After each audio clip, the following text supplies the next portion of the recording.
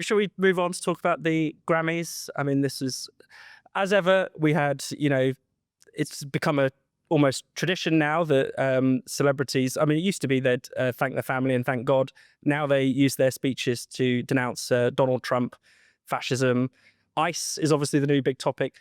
A lot of focus has been on the singer Billie Eilish, because she made this quite eye-catching statement: no one is illegal on stolen land. So she wasn't just protesting, I think, which would be quite legitimate, against some of the excesses of ICE and some of the killings, but essentially saying that there can be no such thing as illegal migration in America because of the history of that country. Tom, what are you doing there? Yeah, Exactly.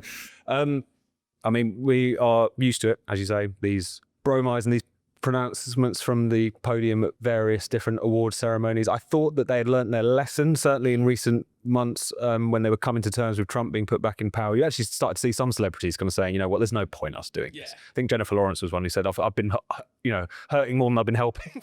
Right? It's Donald Trump for this amount of time. Naturally, it's moved on to the question of ICE and immigration rather than previously, which was just calling Trump a fascist or racist or what have you. I also think, aside from everything else, it's so dull. The way the kind of celebrification of politics has been bad for both celebrity and politics. I think it's created a situation in which, whereas previously you might have had individual celebrities, actors, musicians who felt compelled to make political statements, work it into their work. It was often not the greatest insight into the state of the world, but nevertheless, now it's almost like it's required of them. They feel compelled to do it. They feel it's almost it's almost a necessity for them to do that.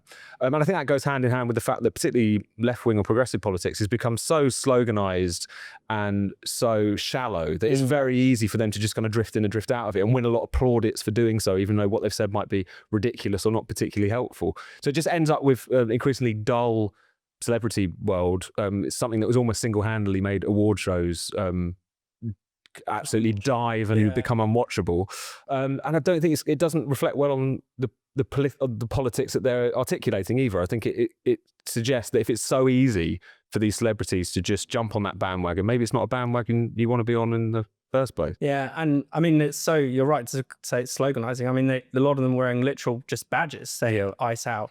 Justin Bieber in his expensive Balenciaga suit had the little badge on. And, again, everyone is entitled to their opinion. I'm a great believer in free speech, but you do think, well, why do you think that anyone cares about your opinion? Is it really your fully formed opinion that you've gone away and, you've thought about this issue and you really feel the need to say something? Or are they just going along with the herd, going along with jumping on a bandwagon? Albie, what do you make? I don't want to be unfair to these people, but my take is... You can be unfair.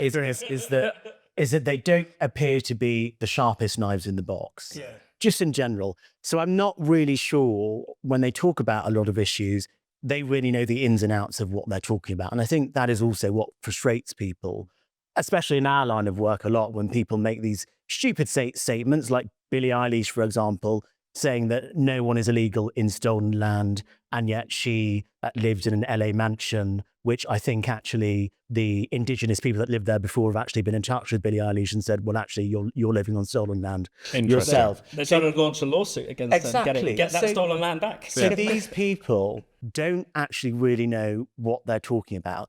But it's more than just the left, actually, because we've had two, I think, big celebrity stories recently when it comes to politics. There's been this Grammys story where all of these people have been banging on about ICE at the Grammys. And look, I think what ICE has done in America, particularly with the 2 American citizens that have been killed, is appalling. Appalling. And the separating children from their parents, appalling. But do I support getting rid of illegal migrants in reasonable and proportionate ways? Yes, I do. But we've got that story going on the left, which people dislike on the right.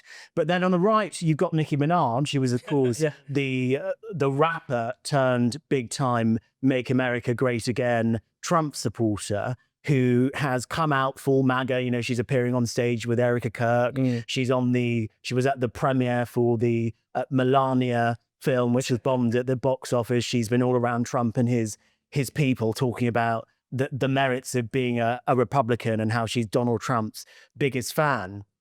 And I suppose if you find what Billie Eilish is doing annoying, then you should also find that annoying. I find it both annoying because Nicki Minaj, she's married to quite a serious criminal, and yet she's preaching all of this morality about MAGA and conservatism. And I don't know how she marries who she's chosen in a husband with her newfound Christian conservatism. So you've got a bunch of people who are heavily overpaid, very undereducated, love attention, and they're getting attention by speaking about politics, and we're all giving it to them.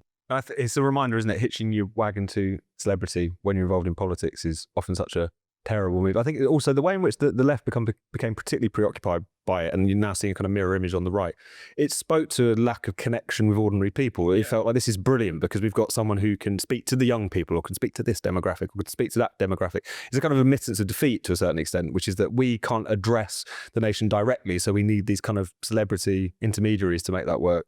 On the right, I suppose it can often strike us as a bit more interesting because they seem to be cutting so against the grain that there's some interest generated by that. But the problem is these people are not, Nicki Minaj, I don't mean any disrespect to her, is not a profound political thinker. So therefore, you get in a situation where, yes, she comes out and says something that's pro-Trump and the Trumpists like it. Then she's been interviewed the other day, she talks about she doesn't think the moon landings happened.